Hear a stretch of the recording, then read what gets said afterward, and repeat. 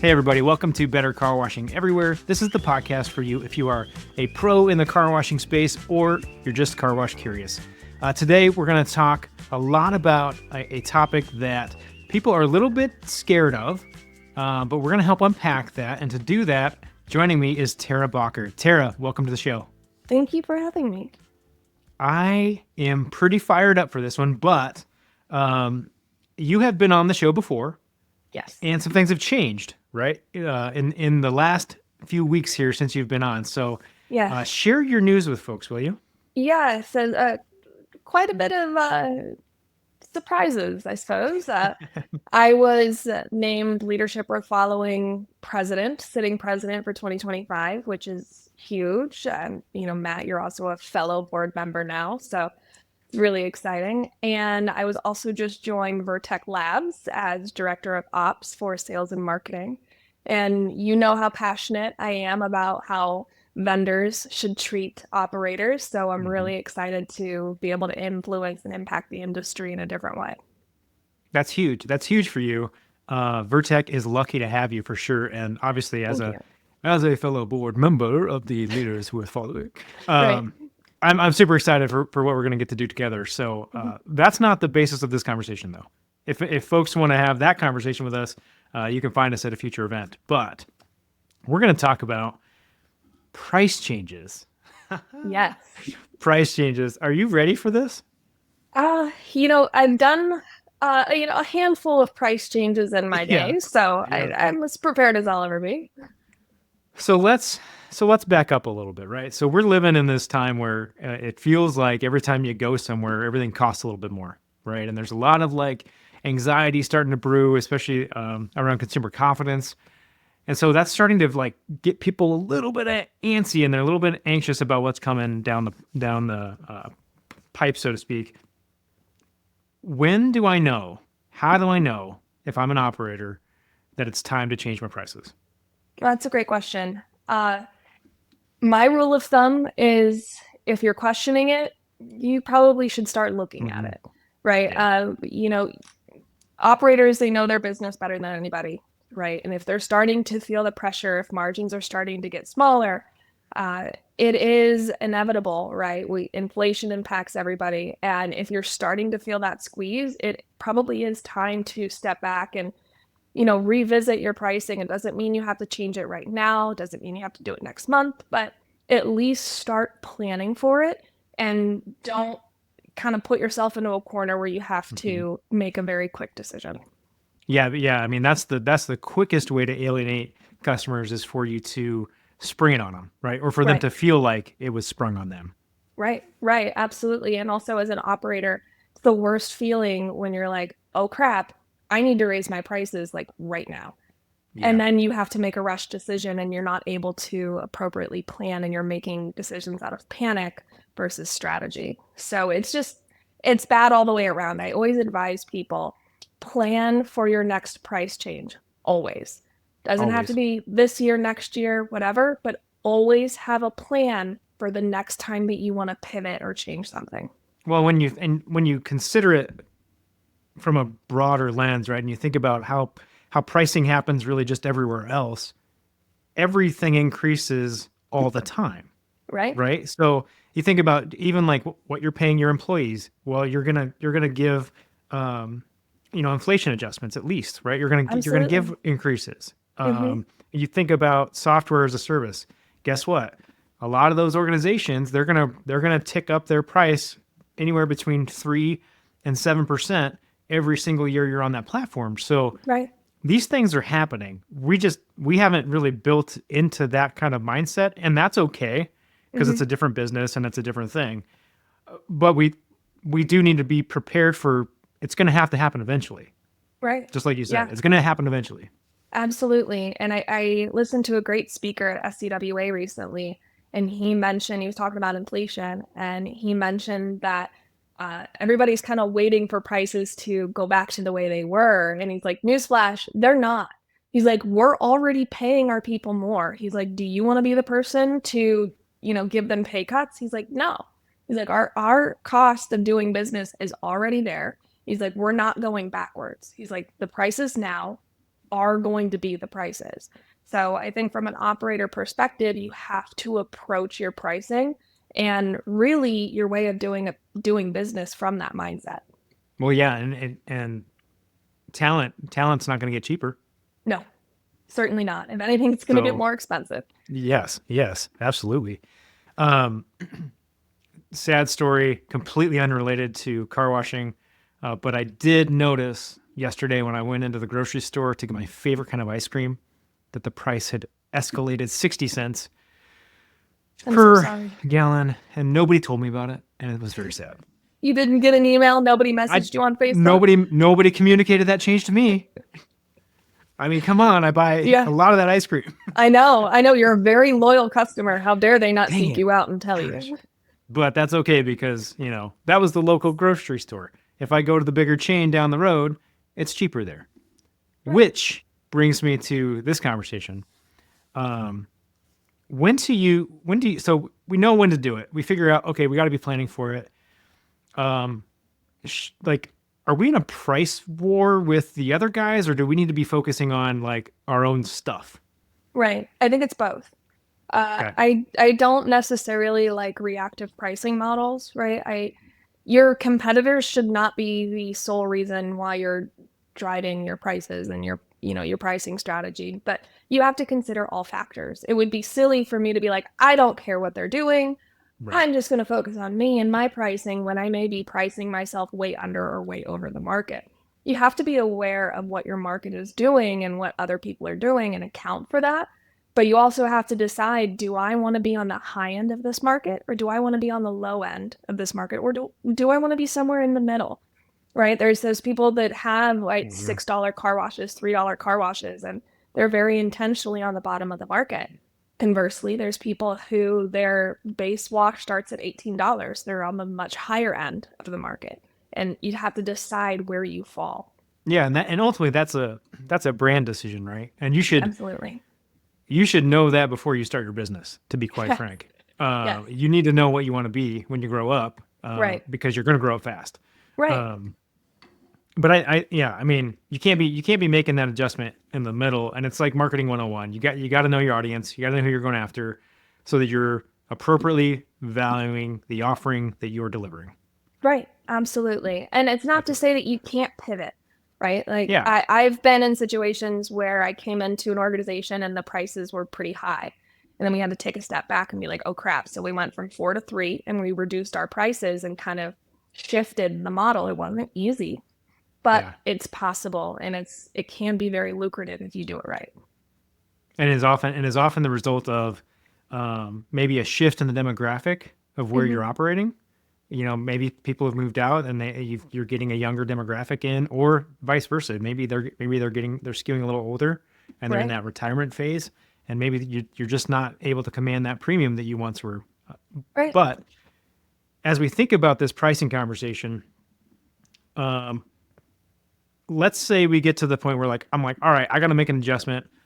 I'm probably adjusting it up. I'm probably not adjusting it down. Um, what are some ways that I can kind of do that and lessen the sting for me as a business owner in terms of like how I might impact my customer base? Right, absolutely. There's a lot of things that you need to look at. A lot of time, I know some operators are like, okay, I want to change my prices, but I don't know where to start. One place to start is knowing your data. So, what is your package distribution? Where are you heavy in members? Where are you heavy in retail? Knowing where are your most popular packages, right? Are you bottom heavy? Are you kind of somewhere in the middle? Are you top heavy? And then you have to ask yourself, okay, am I okay with most of my members and customers being at the bottom? Or do I want to redistribute that? Right? Because even in a market that might be demographically challenged, that doesn't mean you can't come up with strategies to redistribute that wash mix, right? So knowing where your percentages are on a member and retail basis is crucial to even starting to approach your pricing because you have to know where you are to get to where you want to go. I really love that idea. Like, I think that that's this concept of like moving people through. That's not something that's been done a lot in car washing, right? But when Right. you think about what we're doing as we build these subscription businesses, ultimately what you're trying to do is move that base package person up one level until they're at the top, right? I mean, that's Right. that's the whole that's the whole game. Right. I'm curious, what have you seen though for folks like what's like an okay mix? Like what's okay for somebody to say, you know what, I'm good with people staying at the level they are, or do Mhm. I really need to be focusing on, moving people through the funnel? Yeah. And again, that kind of circles back to your pricing strategy. Do you want to be at the bottom of the market, middle of the market, top of the market, right? Where is your objective? If you're okay with people buying the bottom wash, then that's fine, right? Yeah. Let's look at Yeah. what can we do on that bottom package to maximize it. If we look at, I think Apple is a great example of general pricing strategy, right? They want people to buy their middle of the road phone. They have Yep. their S model that's cheap, they have their Pro Max model that's the most expensive, but where they really want people to hit is somewhere in the middle. And that's been incredibly successful for them. And I see a lot of operators operating with that model really well. So even if, you're bottom heavy, middle heavy, top heavy, you have to ask yourself, am I okay with this? Number one, and what Mhm. opportunities do I have to improve upon this situation? If they're bottom heavy, okay, great. What can I do to adjust that pricing? What if I added a family plan, right? What Yeah. can I do to maximize on my opportunities without kind of disrupting that mix? Yeah, and when do you want to pull those triggers, right? Exactly. Like when do you want to start playing that space? Maybe you build your good base of your, like, to your point, we know the data, we see where people are, we see what that mix looks like. We're good with that today, and maybe down the road we know that, well, if let's say our retail customer volume drops, well, we can start doing some things with the people maybe on the base level package to message to them to try to help fill the gaps, right? Great. So there's stuff and there's levers and triggers and all that kind of stuff that you can pull Of as you look course. at those pieces. Of course. Of course. And if you're thinking about uh, again, maximizing on the opportunities that you have in front of you. There's a big discussion around, is it 3 packages or 4? Because 4 Yeah. is starting to work its way back in. I'm Ah, a big fan of using that 4th package as a family plan package. That's just I love a family plan if it's done right. I know there's a lot of controversy whether they're worth it or not. They're absolutely worth it if you price them correctly, and it opens up a whole world of opportunity. So for me, what I've done is I added a 4th package, but it was a family plan package only, and it was interesting. only for the top wash because I wanted to be top heavy. So you can have a family plan and you can save quite a bit of money, but you have to choose the top wash. And it worked really well for my model. That's fascinating. Like you said four, and I about had a reaction. I mean, I I had a know. reaction. I I about know. I know. vomited I a could little see bit the because rash creeping up on your neck. it was like I don't normally get hives, but they're coming. Um, but I like the family plan idea because that is a thing that, as people get more into this, right, and as you look again, as you look outside of car washing and look at other subscription models, there are family plans, and Oh, people are, yes. so there's an expectation for, like, I've got a lot of people. How do I have everybody on the thing? Exactly. Yeah. Yeah. And one thing too when you're approaching a price change, something that's really crucial if operators are able to do it is survey your customers. When I first did my very large price change where I increased everything, I think by $5 or something crazy, uh, a customer survey was one of the first things I did. Is what's important to my consumers, and can I introduce that while I'm rolling out this price change to not only just justify that price change, but also kind of blur the line of, yes, I raised our prices, but look at all these exciting things at the same time, right? So it's kind of a twofold. And for me, family plans was one of the biggest asks from my consumers. Um, Psychology would say, right? Research says people pick the middle. Right. People pick the middle. People pick the middle. So just something for people to consider as you're thinking about that menu design. If you don't have the family plan and you have four, people are going to have a hard time. Yep. And they're at that point, what they're most likely gonna do is choose the cheaper of the two in the middle. Yep. They always move So down. they always move down because nobody wants to pay more. So Yep. just keep that in mind as you think about menu strategy. That's not this conversation, friends. Right. We're going to get back into pricing strategy a little bit here in terms of price changes and what do we do with that. So we talked a little bit about adding stuff in, right? Like how do we like communicate what's changing and what are we adding in to make it feel a little less painful for the consumer? Let's talk a little bit about that. And like, what does that comms plan look like? How do we even begin to tell customers? When do we tell them? Like, do we tell Yeah. them? Who do we hmm tell? All those things. Yeah. I am a big proponent of communication. Uh, just like with the ice cream at the grocery store, right? No Yeah, one yeah, yeah. told you, but Yeah, that's a completely different model. I think it I is. see Yeah. the argument, and it's becoming more and more common in our space where people aren't being notified. And in my opinion, when you have a subscription business, you are under the obligation, sometimes legal obligation, to notify people of a price change. So, first of all, you have to know your legal obligations in your state. Have to, right? How are you required to let your subscribers know? What does that requirement look like? For me, it's a minimum of 30 days on via digital. So, email, website, things like that. I like 2 weeks on site with signage.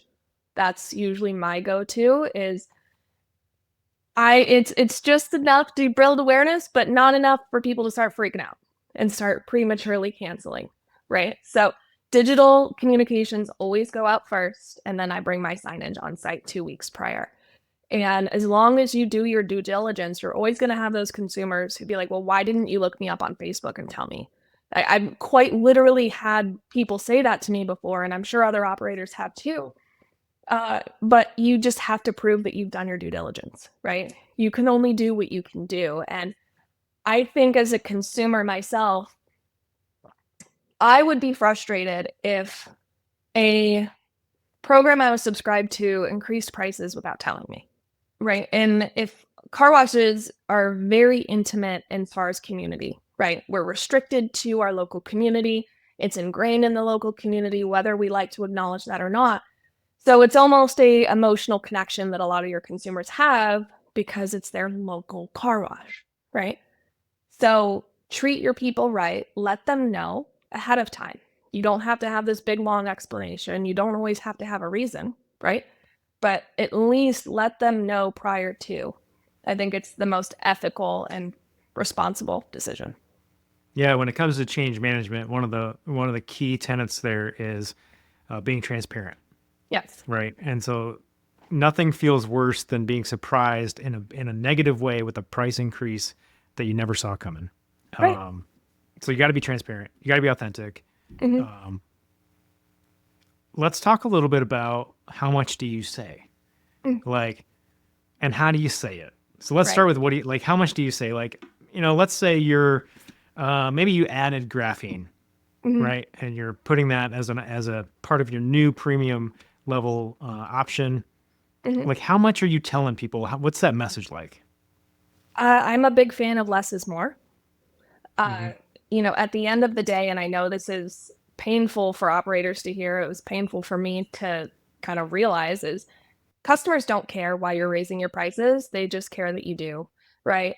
They care if there's something in it for them, right? Like, oh, okay, well, what am I getting out of this? And what's the price going to be? That's usually the two, like, am I getting something and how much am I going to pay now? So, justification, again, 90% of consumers are not going to care. So, putting out a big long statement, I can guarantee is just a waste of your time. So, it is sometimes if you don't really, you don't need a reason. And it can be in order to continue to serve you with excellence and, in order to keep providing you with this exceptional experience, here are our new menu changes starting this date, right? It can be as simple as that. If it's graphene, right, you make it a big deal and oh my gosh, we're changing graphene, we're adding graphene, you know, with the addition of graphene, here's our new menu changes. I don't like using the word increase. I don't like using the word really even price. I like to use menu change as it's way less intimidating. Yeah. Yeah. Yeah. And it just, it just anchors people better, right? Like you're not Yes. like, the first thing you hear is increase. You're like, oh, this is going to suck. Like Right. you can't help it. Right. Yeah, no, you can't. And I think, to your point, as far we're talking about messaging and, Yeah. timing, I think when you roll out a price change, the time of year plays a really big role in what you're Oh, say doing. more. Yeah. Say more Yes. about So, that. in my experience, and I've done this and I've seen other operators do it, where you change your price right after the first of the year. In my experience, that's never a good thing because everybody's already anticipating price changes after the first of the year across the board. That's typically when a lot of retail, a lot of really businesses in general increase their prices is after the first of the year. We get vendor notifications that prices are going to increase 5% after the first of the year. Consumers are already anticipating it. They're already thinking about where are they going to make their cuts, right? New Yeah. Year's resolution, spend less money. Don't give Right. them a Right. reason to think about that, right? Yeah. Plan and execute your price change. Personally, I like to do it during busy season, right? Is, make hay while the sun shines. People are already thinking about washing. They're already using your business. Leverage Hmm. that, right? Leverage that momentum and do your price change in the middle of something like that or in the very beginning of that. And because you're going to have that momentum and it's going to play out and roll out a lot better than it would be first of the year. And it's foundational capitalism, friends. Yes. That is how Yes. you do it. Um, USA. USA all the way. One of the things that you were talking about there that just we have to stop doing as an industry. We have to stop apologizing for what we're doing. Yes. Like we shop with the customer's wallet, right? Our own business, and we feel so sorry. We're so sorry that we're providing such great value to you that we're afraid of like the pricing, and like we feel Right. so bad, and Right. we give all this stuff away. We need to properly value what we're doing and the offer that we have on the table. We have to have confidence in that, because if we're not, and you make a price change, it's not going to go well. Right. It's going to be Absolutely. it's going to be the worst thing you do, because customers are going to see right through it. They're going to know you're not confident. You don't believe in what you're saying. So therefore, I'm going to go down the street. Right. Absolutely. And in my experience, operators tend to be way more price sensitive than their consumers. Yeah. I've talked to some operators who, and I understand the apprehension, but a $2 increase is like the sky is falling, and they're so worried that Yeah. they're going to Yeah. lose all of these people. But if you think about it from an individual consumer aspect, $2 is nothing, right? For Yeah. most people, right? For most people. Obviously, there's certain demographics where that's a really big deal.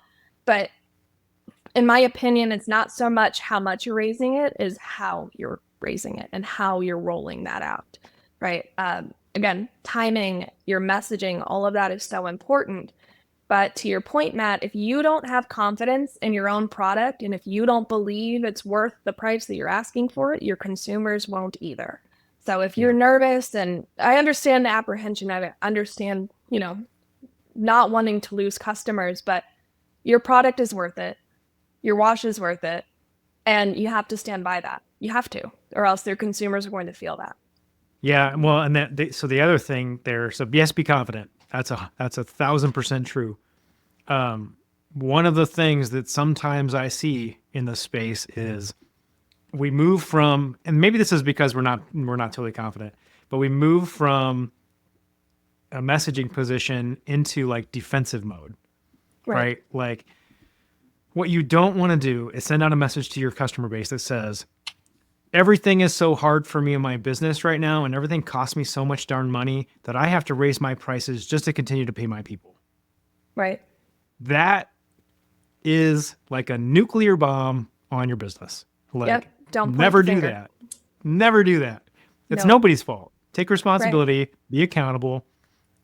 We want to continue to provide you with the same level of service that we've always really prided our brand on. And to do that, there's going to be a menu adjustment in the next 3 months. I love it. Menu Done. adjustment's a great word. Like, love it. Menu adjustment. Yep, it's all it Done. needs to be. It's all it needs to be. It needs to be. And when you go into over explaining, or like you said, coming from a defensive position, it starts to muddy the waters. You have to Hmm. be concise and you have to stand behind that, or else it's going to make that situation a little bit worse. And, one thing I wanted to mention too is sometimes I get questions about what can I anticipate to lose when Yes. I change my prices. And kind of following along the same lines of confidence and concise messaging, in my experience, even with an aggressive price change, if done correctly, you'll see maybe less than 4%, 3% people drop off. And again, in my personal experience, almost all of those people come back, right? Yeah. Is they're a member with you for a reason. They wash with you for a reason, right? Like if you increase the price by $2 and they have a good experience, that's for most people, that's not going to be a deal breaker. Yeah, they might be mad and they might leave temporarily, but about 80% of those people end up coming back, right? Because again, they were there in the first place for a reason. So really churn and fall off I've seen is much, much less than people anticipate. And again, you always rebound. Yeah. The rebound is huge. And it's like anything else. Changes does not feel good to most people. So it's super uncomfortable for us to do that. But as people know, the only way that you grow is if you get uncomfortable. So Right? we got to be okay with that. The other thing here is that yes, will you lose some customers? Yes, absolutely. That's going to happen. But if you're running a good business and you're doing all the right things, you're gonna capture enough new business at that different price point to more than make up for what you lost. So Absolutely. all you're really doing is replacing some of those customers that are going to churn out that are no longer ideal customers for you. They maybe no Right. longer fit your ideal customer profile, and you're replacing those with people who do. So Right. math is going to math in that scenario. Yeah, and at the end of the day, it'll be okay, right? It is this happens all the time with ice cream in grocery stores, right? Like price increases are normal. It's a fact of everyday life. And just you don't have to over explain, you don't have to blame. Just say what it is, right? In order to continue to serve you, this is what's going to change. And leave it at that. Yeah. Stop apologizing for your business. You're running a Yes. business, run the business, do what you do, provide great service in your community, and everything is going to be fine. You are worth it. Everything's going to be fine. Yes. You are worth it. This is our Stuart Smalley moment. Yes. Yes. Yeah, Exactly. I'm good enough, I'm smart enough, and doggone it, people like me. Let's do our affirmations. Yes. That's funny. That's funny. Um, well, there's lots of stuff we could dive into from a pricing perspective, but I think we've done a nice job of laying out kind of some general places for people to get started. I Hmm. think we'll probably do another episode down the road on like, okay, but like really, what does a messaging plan look like? Right. Um, and like really, when should we do these things? But I wanna wrap this up with a question not about pricing. I would like to know, because I like to make these things a little bit more human. What's a small win for you, or maybe it's a big win that we can help celebrate today? Yeah. Yeah. So I think the most obvious choice for me is obviously my career move to working with Vertec. Right. I was doing consulting on my own for a while, and I know I spoke to you, Matt, quite a bit about it. And I have learned something about myself that I surprise. I'm a people person. Who knew? And I really missed a team. And I am so excited to finally be back in a team atmosphere and be a small part of something bigger than me and really help serve operators in the way that they deserve. As you know, a lot of people know I'm very passionate about helping people and operators and how vendors should be treating people. And I'm really excited to have the opportunity to help shape that. That's super exciting for you, because so many people right now are trying to like find their way, right? Hmm. And figure out, well, what am I going to do next? What's the next job for me? And I think that time to take and be able to reflect and figure out and try some stuff and figure out like what really fits you is Right. super awesome. Super Right. awesome. Yep. You And have to now try you it. know. Now you Yes. know. Yes. Yeah. Yeah. And exactly. And I thought, I'm like, man, I'm gonna love working from home. I'm gonna love working for myself. And plot twist, I don't. And it's just not for me. So I'm really excited to be, part of groupthink and leading teams again and be shoulder to shoulder out with operators in the field. Yeah, that's super exciting. I, however, do like to work alone. Yeah. Not all the time. I mean, Yeah. I have a team that I like to work with, but Hmm. I've been It's doing okay. this. I've been doing this for a long time, so we are slightly different people, Tara. That's totally fine. I feel like we have to be. It We would be have to be. weird if we Otherwise, weren't. it would be super weird, and this wouldn't work, right? We could Yes, not do podcasts exactly. together if we were the same person. Exactly. Right, right. That's Yep. funny. What about you, Matt? I'm curious. What's a recent win? Let's see. Small win recently. Well, I think probably the it actually it's gonna come back to um, career stuff a little bit. So for me, a small win. Um, I've been fortunate enough to have the opportunity to bring on someone in as a more regular part of my team to kind of help me as I try to scale my business and do some growth of my own. So it's really exciting for me because this is somebody I've done a lot of work with over the years in a kind of a subcontractor one-off project base. And now he and I are getting to work together on a weekly basis and a lot more. It's So exciting. that's really big for me. That means that what I'm trying to do is working a little bit, at least for now. Yeah, And that's all we can really do, right? yeah. If it's working It's for growth. now, let's try to keep it working. Yeah. Yeah. That's exciting. Yeah. Congratulations. I will take the congratulations and I will cautiously move forward. Yes. Yes, as we Cautiously should. and optimistically. Cautiously and Right. optimistically. Hmm. Yeah. Yeah. I can't wait until I have to hire lots of people. Yeah. Right. Right. It'll be a good problem to have. Now the stretch is I'm still working from my basement. It's a nice basement, though. I mean, you've It's a got that nice going for basement. you. Yeah. Yeah. Yes. Come on. That's not true. I would go into an office sometimes. Yeah. Sometimes. Every once in a while. Right. Every once in a while. Fun, fun, Hmm. fun, fun. Well, Tara, I told you the first podcast that we did together that I would have you back on, and this is like the third or fourth time now that we've chatted together.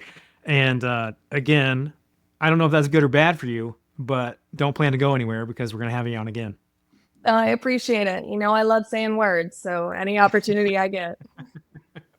Saying words, saying things Yep. all the time. That's fun. Hmm. Well, friends, if you are listening to this or watching this, make sure you remember to do a few things. That's like it, rate it, subscribe it. Wherever you're finding this thing, do the thing that makes sure that you're not going to miss the next episode. You can also subscribe to the newsletter to make sure that you receive updates every time we release an episode. But more important than any of that is today, when you have the opportunity, tell somebody what they mean to you. Just tell somebody what they mean to you because we don't do that enough and we all need it. And we all need to know that people are noticing us and that we matter. So you can have a role in that. Go out there and do that today. And we will see you next time.